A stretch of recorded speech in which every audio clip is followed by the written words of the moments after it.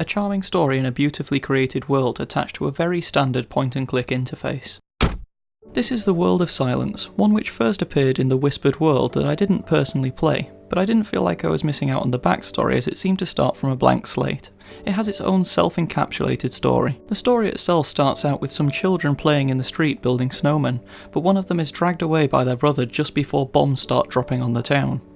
While they're hidden in the bunker telling stories and trying to forget what's happening on the outside, the bunker is struck and they end up in a strange imaginary world. Gameplay wise, it's somewhere between point and click and hidden object games, as it has some puzzles which require you to find a specific item, but others require you to combine objects to create the actual solution. Let's start with the interface, which is very intuitive. You essentially have a pointer and a screen. When you hover over objects, the cursor changes into an icon which describes how you will interact with it. So if you're going to pick it up, it will turn into a hand. If you're going to look at it, it's going to be an eye, and if you're going to listen to it, it's going to be an ear.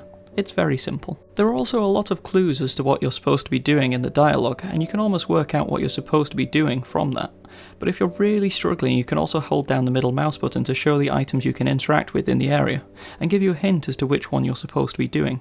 The level of hint can also be adjusted in the options if you wish. Personally, I just left it as the default value, and it worked quite well. I think there was only one moment where I was stuck for a little while, and that was partly because I hadn't realised how one of the interactions with the items actually worked, and needed to use it a few more times in order to get what I needed. I do like that there are plenty of little things left around in the environments with interactions which are there for no other reason than a little personal amusement.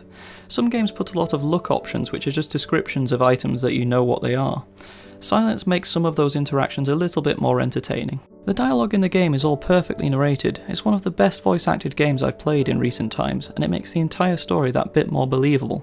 The little girl Rennie is very cute and curious and constantly trying to help even when she's being ignored by the rest of the characters. My only slight gripe with the dialogue is that when you're given an option on what to say next, the character doesn't always say exactly what you expected, and it can lead you down some paths that you may not necessarily have chosen if you were given all the information. I'm not sure whether it's a good thing or a bad thing, but you can't always tell that your decision is about to change the story arc. It's good that it blends the stories together well, but sometimes what seems like an innocent decision can become a major plot point. The puzzles are all relatively simple and can sometimes just come down to rubbing all of the items in the environment against each other until it clicks into place.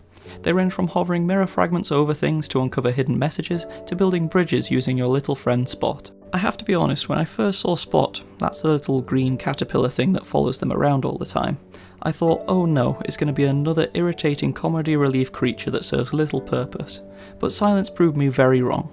His interaction with the characters is adorable, and you can help solve many of the puzzles using his abilities to stretch into a bridge and store lava so that you can burn down brambles. The artwork for this game is also fantastic. The entire world is colourful and inviting, and the creature design is amazing.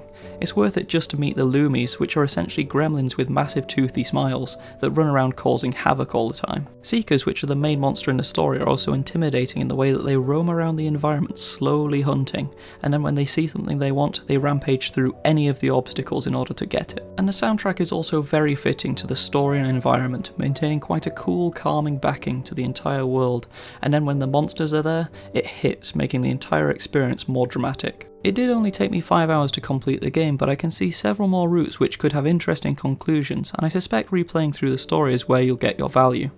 I will probably have another playthrough in time, but I certainly wouldn't be going right back through it straight away. I would highly recommend Silence. I found it to be entertaining and enjoyable from start to finish.